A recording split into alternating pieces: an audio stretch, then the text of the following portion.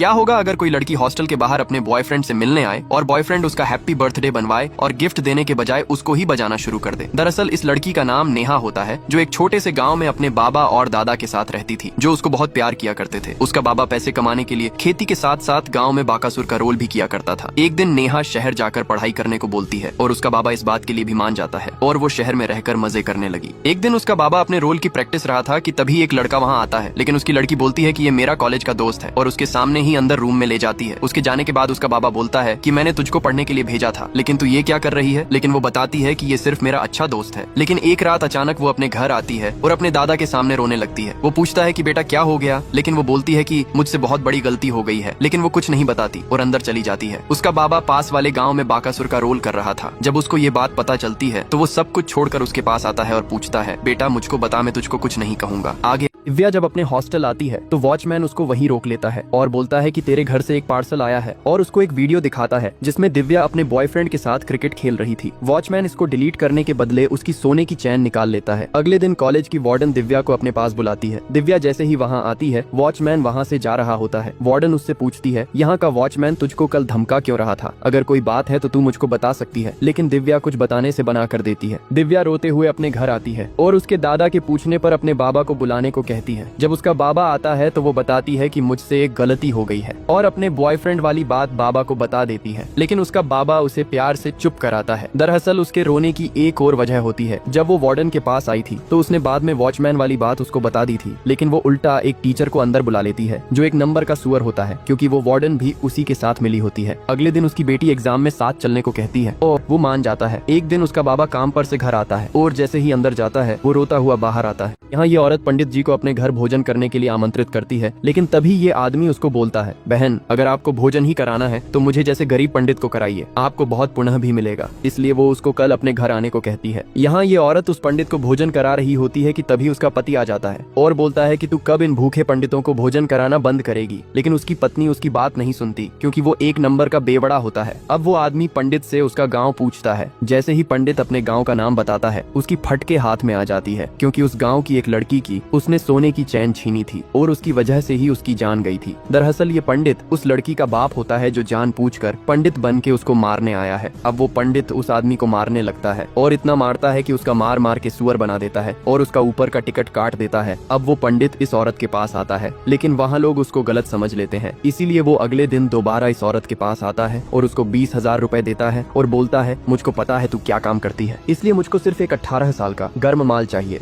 क्या हो अगर एक बाप की बेटी मर जाए और जब वो पुलिस स्टेशन रिपोर्ट लिखाने आए तो पुलिस वाला उनको बेइज्जत करके बाहर जाने को बोले। यहाँ ये कांस्टेबल बताता है कि तुम जिनके खिलाफ रिपोर्ट लिखाने आए हो तुम उनका कुछ नहीं कर पाओगे। दरअसल एक दिन उसकी बेटी अपने पिता के साथ अपना एडमिट कार्ड लेने आती है, लेकिन वो पहले उसको प्रिंसिपल से मिलने को कहता है, उसी के बाद एडमिट कार्ड मिल पाएगा। इसीलिए वो अपने पिता को बताती है कि मैंने लंबी छुट्टी ली हुई थी, इसीलिए एडमिट कार्ड मिलने में प्रॉब्लम आ रही है, आप यही पर वेट कीजिए, मुझको पहले प्रिंसिपल ऑफिस जाना होगा। जब वो उसके ऑफिस आती है तो वो बताता है कि मैंने तुझको रेस्टिकेट कर दिया है, क्योंकि तूने मेरे हॉस्टल में अपने बॉयफ्रेंड को बुलाया और अपना बर्थडे भी सेलिब्रेट किया और भी बहुत कुछ किया है, इसलिए मैं ये तेरा कारनामा पूरे कॉलेज में दिखाऊंगा। ये सुनते ही वो लड़की रोने लगती है कि सर मैं बिना एडमिट कार्ड के यहाँ से चली जाऊंगी, लेकिन आप ये सब किसी को मत दिखाना। लेकिन वो प्रिंसिपल बड़ा सुअर होता है। वो लड़की को अपने कमरे में चलने को कहता है, लेकिन वो लड़की उसकी वीडियो बना लेती है। ये पूरा किस्सा उसका बॉयफ्रेंड इस जर्नलिस्ट को बता रहा होता है और उसको वो वीडियो भी दिखाता है और वो जर्नलिस्ट टीवी पर लाइव आकर पूरा वीडियो चला देता है, जिसको पूरे भारत के लोग देख लेते हैं। आखिर इस अपराध में और कौन कौन शामिल है? रघु नाम का ये आदमी गांव के प्रधान से कोई छोटा मोटा काम मांगता है, इसलिए वो उसको कल अपने घर आने को कहता है। अगले दिन जब वो प्रधान के घर आता है तो प्रधान उसको अपने घर के काम के लिए रखता है और उससे अपना ट्रैक्टर धुलवाता है, अपना तबेला साफ करवाता है और अपनी बीवी को कहता है कि जो भी काम कराना हो रघु को बोल के करा लेना। जब रघु घर की सफाई कर रहा था तो वो प्रधान की लड़की की कॉल पर बात को सुन लेता है कि ऑफिस में उसको कोई तंग कर रहा होता है। यहाँ प्रधान ट्रैक्टर की सफाई को देखकर रघु से बहुत खुश होता है। रघु उसको बताता है कि मालिक आपकी बेटी को कोई ऑफिस में परेशान कर रहा है। तभी वो भड़कता हुआ अपनी बेटी को बुलाता है कि तेरे ऑफिस में क्या चक्कर चल रहा है। वो बताती है कि एक आदमी ने मुझको प्यार के जाल में फंसाया और अब मुझको तंग करता है। इसलिए रघु उसको समझाता है और उस आदमी को अकेले मिलने के लिए बुलवाता है, लेकिन तभी उसका बाप आ जाता है और उसको बोलता है कि आज के बाद मेरी बेटी से दूर रहना। इसलिए वो वहाँ से जाने लगता है, लेकिन तभी वहाँ रघु आ जाता है और उसको मारने लगता है कि तेरी हिम्मत कैसे हुई, हमारी लड़की को तंग करने की, और उसका मार के सुअर बना देता है। रघु कहता है हमको इसे जान से मार देना चाहिए, लेकिन उसका बाप उसको छोड़ देने को कहता है और वो यहाँ से भाग जाता है, लेकिन रघु उसके पीछे जाने लगता है।